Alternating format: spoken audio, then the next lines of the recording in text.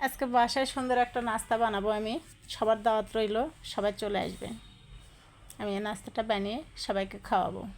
আসলে নাস্তাটা মজা হয়, যার জন্য আমি সবাইকে দাওয়াত দিলাম।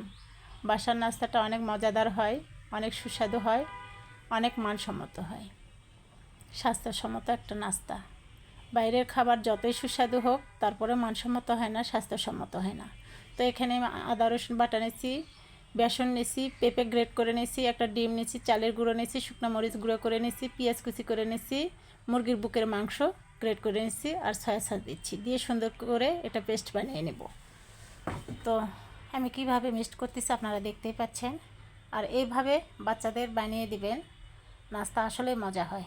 মুরগি বাসায় নিয়ে আসলে আমি মুরগির বুকের মাংসটা আলাদা করে রেখে বিভিন্ন নাস্তা এইভাবে আমি বানিয়ে দিই, খেতে মজা হয়।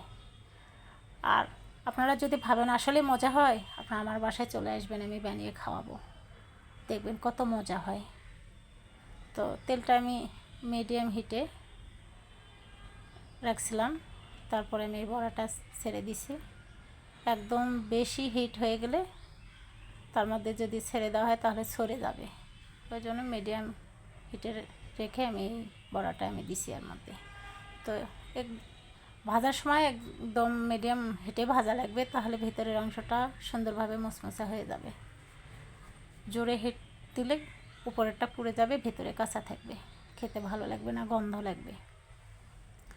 তো আমি অনেক সময় ধরে এই বড়াটা ভাজতেছি, কারণ ভিতরের অংশটাও যেন হয়ে যায়। আর এটা একদম মানে সস দিয়ে, শসা দিয়ে, পেঁয়াজ কুচি দিয়ে যখন পরিবেশন করব তখন এগুলো দিয়ে খাইলে আরও বেশি মজা লাগে। কিন্তু সস আমার বাসায় ওইভাবে বেশি নাই, শসাও নাই, যার জন্যে আমি এমনিতেই এটা খাবো। এমনি খেলেও ভালো লাগে। দেখবেন আপনারা বাসায় একবার এটা এইভাবে বানিয়ে দেখবেন যে আপু সত্য বলছে না মিথ্যা বলছে। তো আমি যে কয়টা বানাচ্ছি এটা একজনেরই হবে না, তারপরেও দুইজনই খাবো। তো হয়ে গেছে আমার ভাজা, অনেক মজাদার একটা নাস্তা হয়েছে। তেমন কিছু নেয় জন্য শুধু লেবু আর সসের একটা পাতা নিয়ে এসে আমি এটা পরিবেশন করলাম।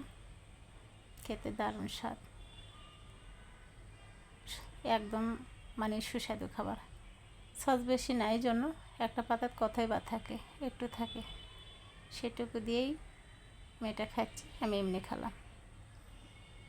মেয়েটা আবার সস না হলে এই ধরনের খাবার খায় না। তো নাস্তাটা কেমন হলো অবশ্যই আপনারা কমেন্ট করে জানাবেন।